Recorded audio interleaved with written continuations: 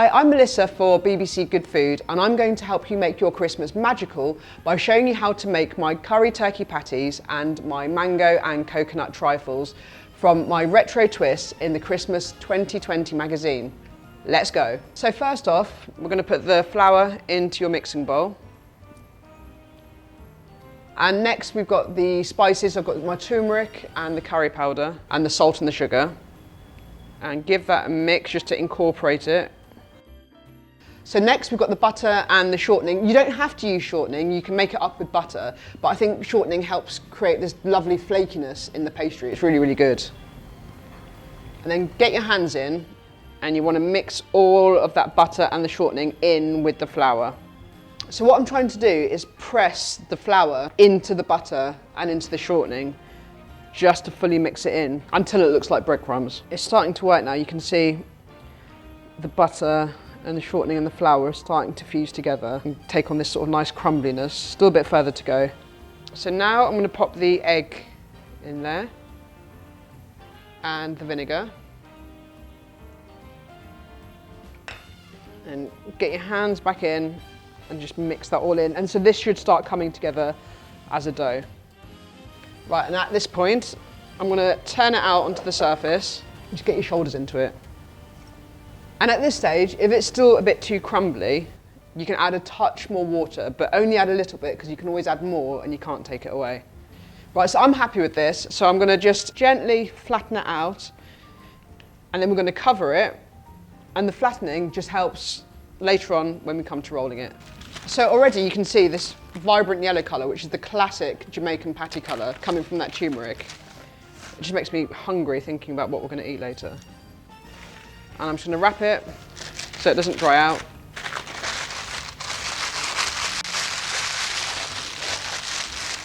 And get that in the fridge to cool down. So now it's time for the filling. I've got my vegetables, I've got my turkey and my spices. Right, because the patties are quite flat, I'm going to go in for quite a fine dice with these. And now for the garlic.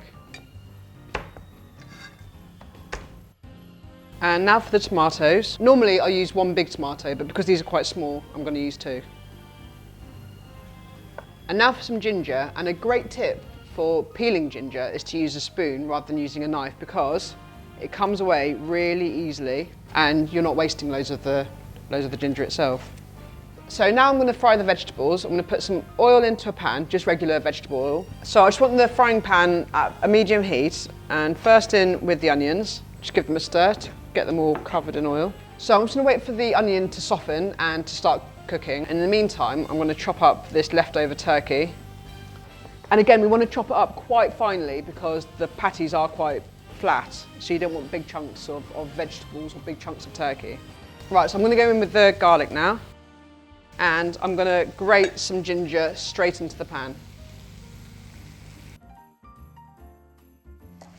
And mix it all in. Honestly, the smell of ginger, garlic and onions cooking is just the best. Right, so now in for the tomatoes and for the thyme. So in with the thyme sprigs and just drag them from the tip to the bottom to the root, and their little leaves will come off. And if any of the sprigs have fallen in, just take them out and put them to the side. I'm going to mix this up. We're going to let that cook for a few more minutes before we add the spices. Right, so now I'm going to add the spice, and I'm going to add a little bit of water to the spices, about a tablespoon, and give that a mix and pour it in. And that just stops the spices from burning when they go into the hot pan and gives time for kind of all the nice oils and the aromas to get going. So now it's time for the turkey.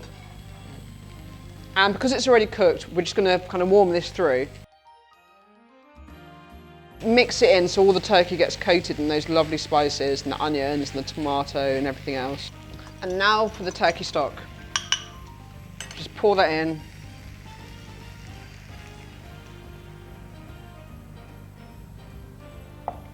Give it a mix.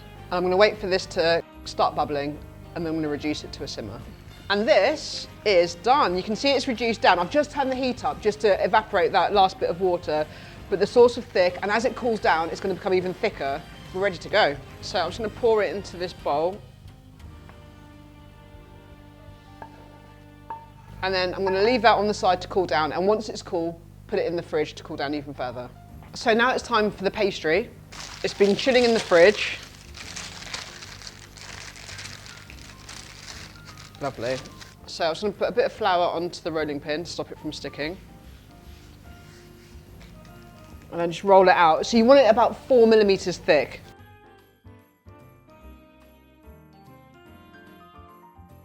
And that is about right. Right, so now it's time to cut discs for the patties. Just grab a bowl. This one's 15 centimeters, which is a perfect size for the patty. And put it as close to the edge as you can. And just cut around. And then try and squeeze these as close as you can so you're not having big gaps of pastry in between them. So I'm just gonna get rid of some of this excess pastry. Makes these a bit easier to handle. And then we're gonna gently transfer these onto our baking sheet before we fill them, because once the filling goes on, they're really tricky to handle.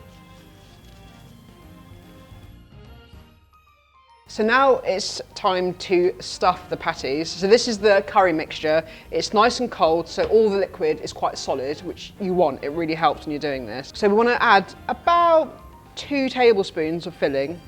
Don't overstuff them. There is the temptation to put too much, but you don't want them to burst. And I'm leaving a 2 centimeter border. So now just to egg wash them around the edge before we fold them over. And now we're just going to fold them over, be really careful. Press down quite firmly just to make sure you've got a nice seal there. And now grab a fork and just around the edge, press. And finally, don't forget to give them a little poke with a fork just to let the steam come out as they're cooking. And then just finish with a bit of your egg wash. So now I'm going to pop these in the oven at 180 fan for about 20 to 25 minutes until they've kind of gone nice and golden brown. Right, so now the patties are cooked, they're ready. So I'm going to take them out of the oven. Look at that. Right, so now we're just going to take these patties very carefully off the baking tray and onto the plate. They smell incredible. I'm very excited. And now for my favourite part of all, eating them.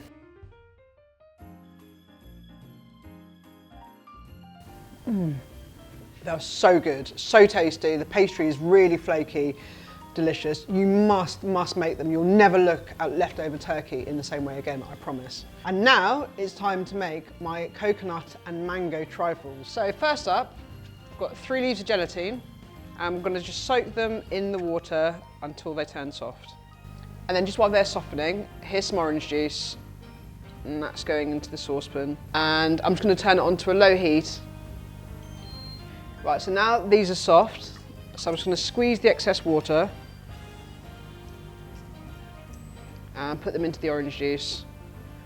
And I'm going to stir those until they fully melt. So the gelatine's mixed in with the orange juice, and now it's time for the mango pulp. And then just mix that all in together. So now it's time to build the trifles. First we're going to start with the sponge fingers and then drizzle a little bit of rum or a lot of rum. Then we've got the raspberries and then the mango. So you might want to break the fingers if they won't fit in the bottom as they are.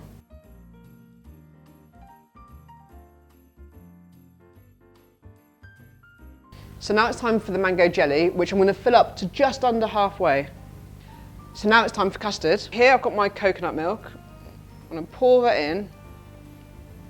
And you want to heat it and simmer it off until it reduces by about 1/3. So now I'm going to mix the sugar and the egg yolk, but keep an eye on the coconut milk because you don't want it to catch. First of all, the sugar, and then the egg yolks.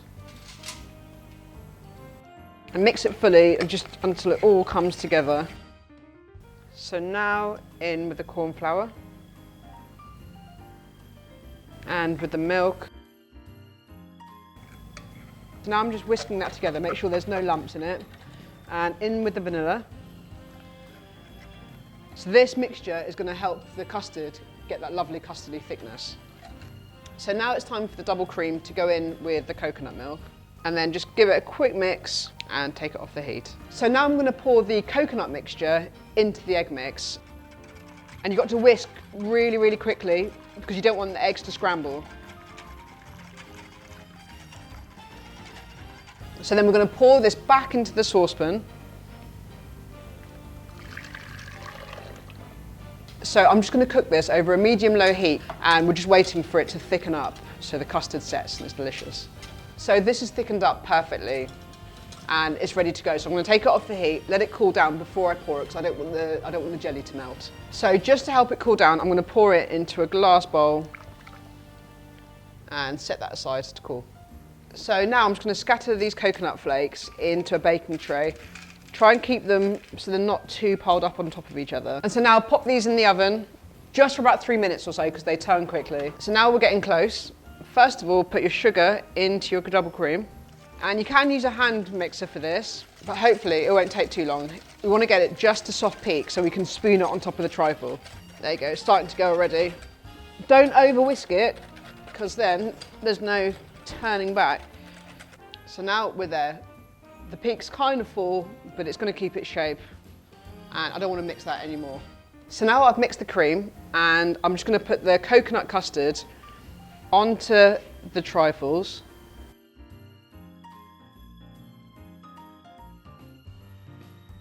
So I've just put the trifles back into the fridge for them to set before we add the cream. So here are the coconut flakes, just browned. Be careful because they might be hot. Now it's time to put the finishing touches to the trifles. First of all, spoon some cream on top. And everyone loves trifles, right? But this one is just a little twist. It's like a sunshine trifle. It just brings a bit of joy to winter. And now just grate a bit of lime over the top. Just want the nice zest. And then just to finish, some of the coconut flakes on top.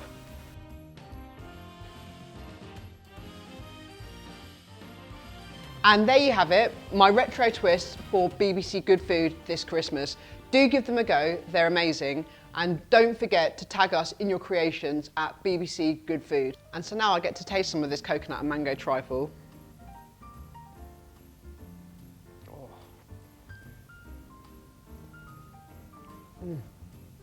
Delicious.